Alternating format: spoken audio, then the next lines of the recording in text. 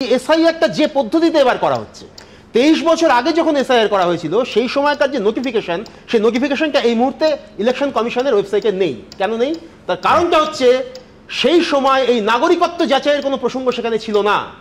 এইবার যেটা করা হচ্ছে সেটা ঘুরপথে একটা রাজনৈতিক উদ্দেশ্য প্রণোদিতভাবে সম্পূর্ণ ইলেকটোরাল সিস্টেমটাকে ব্যবহার করে একটা সিস্টেমেটিক ভোটবন্দি করার চেষ্টা করা হচ্ছে, এবং সেই চেষ্টাটা বোঝা যাচ্ছে পরপর যখন 240 আটকে গেল গত বছর বিজেপি, যখন আপকিবার 400 পার হলো না, দুটো রাজ্যে আমরা দেখেছি রাতারাতি 5-6 মাসের মধ্যে একটা জায়গায় 49 লক্ষ, একটা জায়গায় মহারাষ্ট্রে আর দিল্লিতে আমরা দেখেছি 18 লক্ষ হঠাৎ করে এরকম ভাবে ভোটার বেড়ে গিয়েছিল।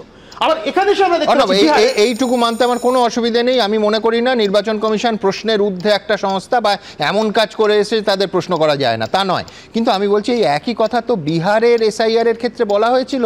আজকে 6 দিন হয়ে গেল, 15টা লোককে কোনো রাজনৈতিক দল প্রেস কনফারেন্সে নিয়ে বলতে পারেনি যে এরা দেখুন নাম কাটা গেছে, অথচ এরা জেনুইন ভোটার। এখনো পর্যন্ত বিহারের বিস্ময়কর ফাইনাল তালিকাটা বেরোবে, 1 মাস সময় আছে, সেখানে একদম পুরো তালিকাটা বেরোবে। কিন্তু তার আগে বেশ কিছু কিন্তু তর্ক উঠে এসেছে, বেশ কিছু তথ্য উঠে এসেছে।